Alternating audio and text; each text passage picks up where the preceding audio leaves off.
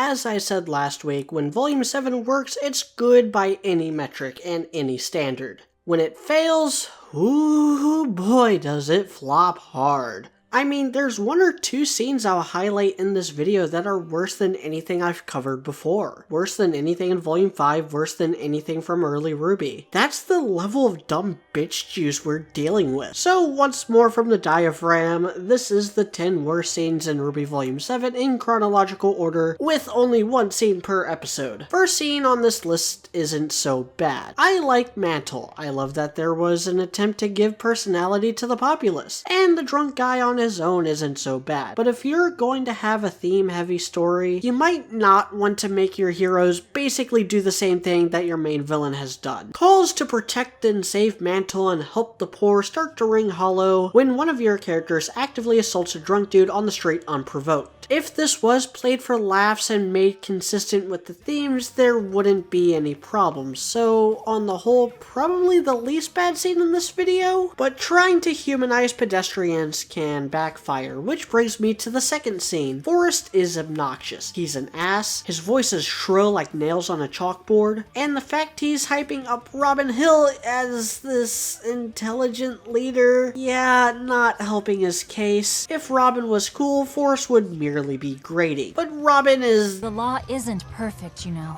It's certainly not equal. Trust me, I'm well aware.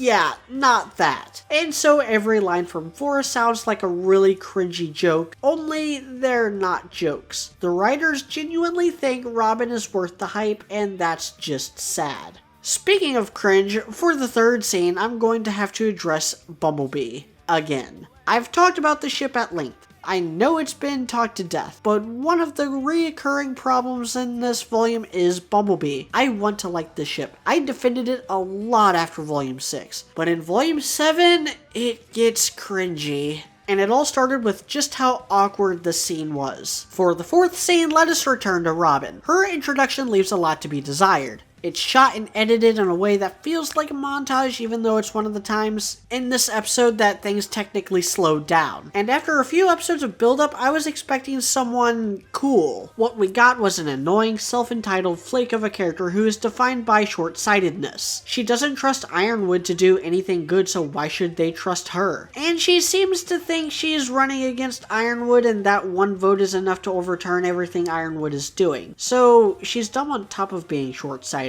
At least Jacques knew he would have to convince the other council members to see things his way if he won. For the fifth scene, I gotta talk about one of those asterisks in an otherwise great scene. So, Tyrion slaughtering people. There's nothing to gain from Ironwood putting a hit out on Robin. She's not running against him. She's running against Jacques, who also hates Ironwood's guts and wants to take him down a peg. There's literally no discernible difference between Jacques and Robin when it comes to this very important issue. Tyrion drops down in front of Fiona. She's a faunus, but they forgot about night vision, except they didn't because she straight up reacts to him. Robin hears him laugh, gets saved by Penny, but then she still suspects she's behind it despite all the time in the world to do something. And then Fiona, who again reacted to Tyrion as if she had night vision, doesn't say a damn thing. And don't give me the whole footstep argument. If she could hear the footsteps, she could hear Tyrion laugh. For the sixth scene, let's add another item to the list of stupid bullshit involving Robin. So building off all the other stupid stuff I just said, she is so dumb that the revelation of Ironwood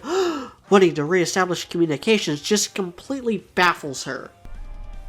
That doesn't make any sense.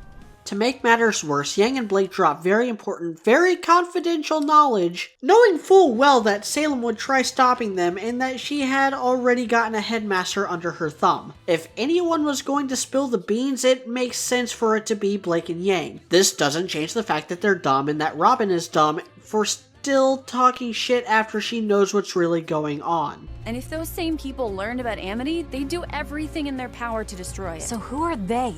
For the seventh scene, it's rare for a whole episode to be skippable. But this entire sequence with the dinner party and everything surrounding it is filler. It's just a bunch of sitting around talking in circles with nobody actually playing their cards and making a point. It's a cafe scene of the most baffling magnitude. Which leads me to the eighth scene on this list. They spent numerous episodes building up tons of intrigue and nuance, all to have it conveniently shuffled away. Contrivances to get the protagonists into trouble are fine. Contrivances to get them out is not. Everything in the dinner party resolves way too cleanly, and it makes the last string of conflicts come out of left field. As well implemented as Ironwood's entire arc is, you can hear the gears in the plot grinding together after all of this resolution leading into the fights. And for the 9th scene, those fights. Yes, Cinder vs. Penny and Winter, Ironwood vs. Watson, anything involving Tyrion, it's all inspired. Anything involving the Grimm, not so much. The fight scenes are just really dull. It would be better if this stuff was spaced out across the volume, which is a problem in its own right. It just really feels like they skipped all the other fights to save for this, and it just wasn't worth it. And for the final scene, the creme de la creme, the Sultan of Stupidity, the worst scene in the entire volume and quite possibly the worst scene in the entire series. Robin, Clover, Crow, Tyrion,